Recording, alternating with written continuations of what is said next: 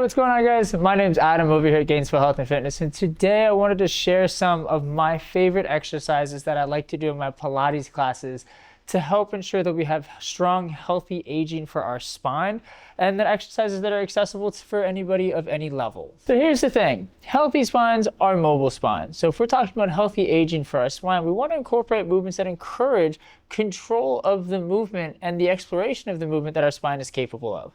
So one of the easiest things or most straightforward things that I like to introduce people to is a simple roll down on the reformer. So for this particular movement, I'm sitting on the carriage, I'm facing the tower. Usually I might have a red spring on, maybe a red and a yellow if you're not too confident in yourself just yet. But we're gonna have a hand or both hands on the straps here, and I'm gonna start sitting nice and tall. I wanna think length through the spine, and then I wanna feel the tension in my abdomen here.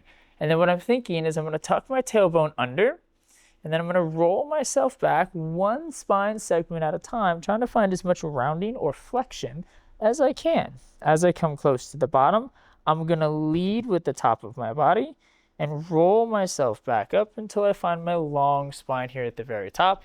Once I find my long spine, I can tuck the tailbone under first and then repeat for however many repetitions or for however much time my instructor tells me to enjoy it. So now that we've explored flexion or rounding of the spine, we also want to make sure that the spine can extend or think about bending back the other way. So a great movement for this is what we call swan. I'm hanging out on my long box, kind of like how Maya did in our last video, but this time I'm facing the foot bar.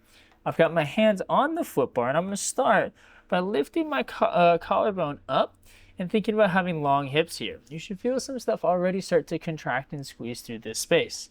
From here, with an exhale, I'm going to press myself away from the foot bar, straightening my arms, and then I'm going to press my hands down into the foot bar and really lift my chest high, looking forward as high as I can.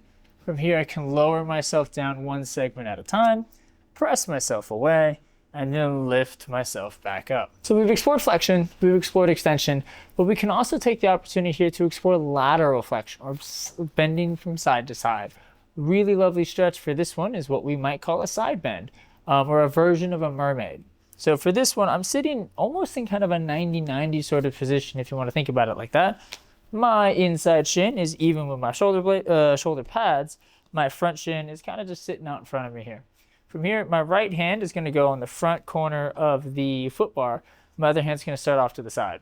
What's going to happen is I'm going to press myself away, and as I bend to the side, I'm going to reach over, and then I'm going to press my hand down into the foot bar to draw myself back up. This hand's going to come to the hook, and I'm going to go into a counter stretch and really try to bend, kind of like a C, if you will. I'll reach all the way over, hand comes back to the foot bar, and then I can repeat. Once again, guys, my name's Adam over here at Gainesville Health Fitness. Definitely come give one of our Pilates classes a try, see if you get to play around with some of these movements, and let us know what you think.